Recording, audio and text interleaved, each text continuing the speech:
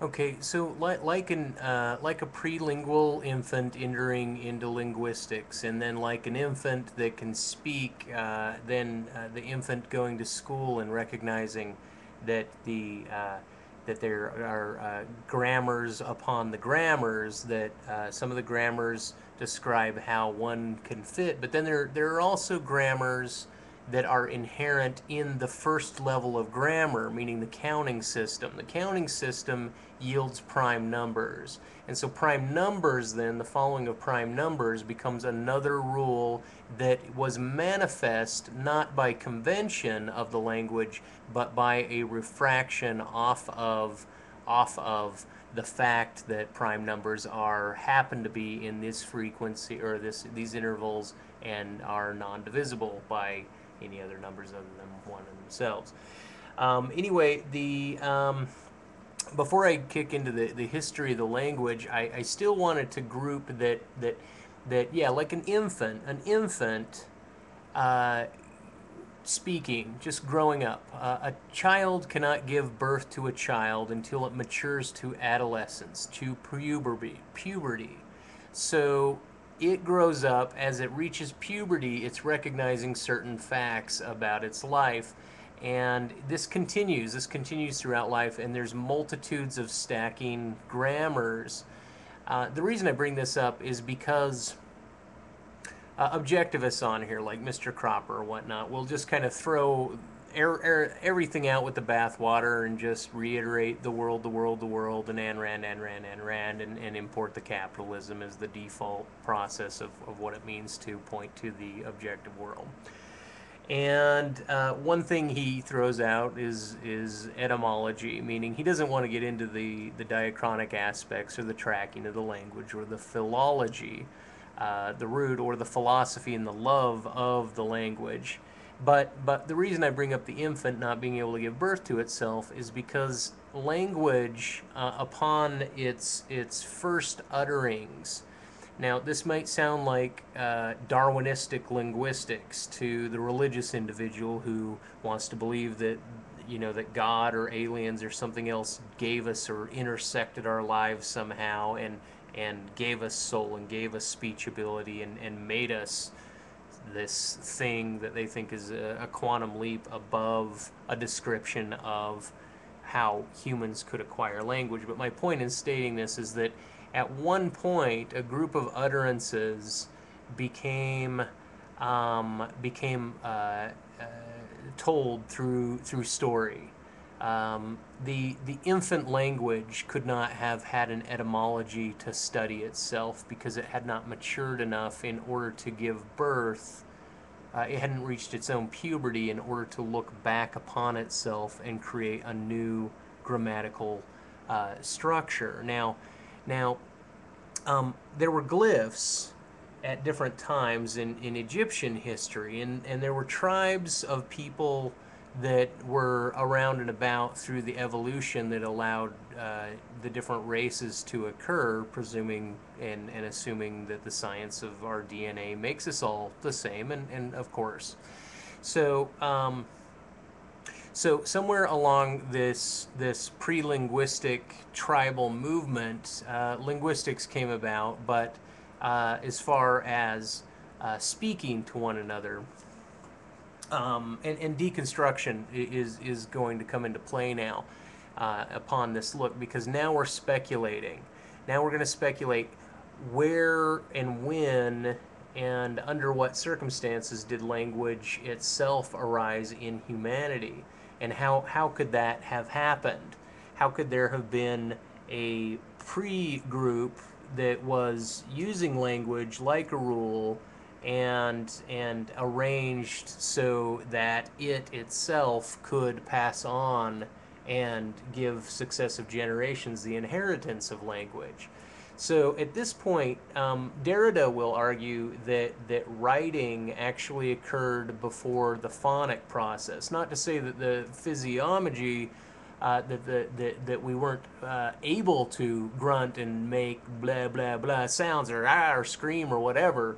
Is just that we weren't able to tie the phonic aspect to the textual aspect in and then speak to one another until there was a glyph or a carving or something that was representative of the body for the grunts to associate themselves with. So he was suggesting that grunt by itself was not able to recapulate on itself, to triangulate on itself until you got a text. And once you get a text or a glyph, then at that point you can start generating and triangulating what the glyph may mean. Now, and that's just one thing. Not gonna agree with him here because some people would find that counterintuitive. But what is it that would allow humanity to agree in grunting fashions and assume this agreement long enough to form a secondary agreement, and then to have these two series of agreements be able to once again recapulate on themselves? Now, this is my point about infinite recurrence as not being necessary. Infinite recurrence is its game by itself. So when we're speaking about these things, we want to speculate on something that's infinitely recurring. How can one speak and have a grammar and justify the grammar with the other one publicly so that it can be that they have a sense of identity and hence reason and an identification and sense to what it is that they read in text or what it is they hear.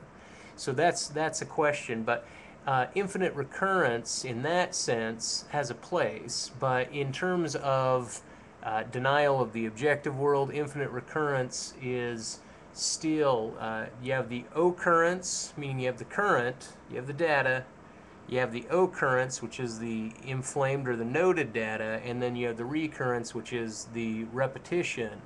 The petition, the repetition, the cognition, the recognition, anything that functions as the advent of a preface and or suffix of a word. These things, separated and disjointed, also show the ground. They demonstrate that there is a grammar to the ground that required some form of triangulation, some sort of recapulation, where in order to have recurrence, you had to first have occurrence. Okay, and so it was very, very important that these things are noted and that they're not reversed, because if they're reversed, then the confusion kicks in, and then one can argue for infinite recurrence. At the same time, to import and standardize a grammar that speaks specifically about interpreting hermeneutically one grammar through the lens of a standardized grammar becomes the issue. This is bothersome to Adrianoc that Chomsky would standardize the grammar, but Adrianoc will use infinite recurrence as a justification against the argument. I say it's not a valid argument because it's not recognizing the initial capitalization process. It's not noting how one got to know how it could implement that standardized grammar in the first place. And this is Chomsky's work, which I think is, as far as artificial intelligence, is very intense. But back to the beginning of language. I mean, we have the glyphs, we have the phonae, and then we take these different glyphs, these different pictographs, and the way they're ordered or the way they're composed, like the way a pictograph or a hieroglyph is composed. Sometimes it has symbols that are non-representational, and then it has overt representational symbols of different objects, and they're all mixed together on and surrounded by cartouches or by different bordering systems. And so the way in which that is read compared to the Plowman's text that goes back and forth, and then the modern left to right text, which expedited a printing process, and then the different technologies that we use in terms of medium of expression from there on out. The history of how it is we read and grasp text is an interesting school of thought. But as far as speculating on actually how humanity started speaking, that one is rough.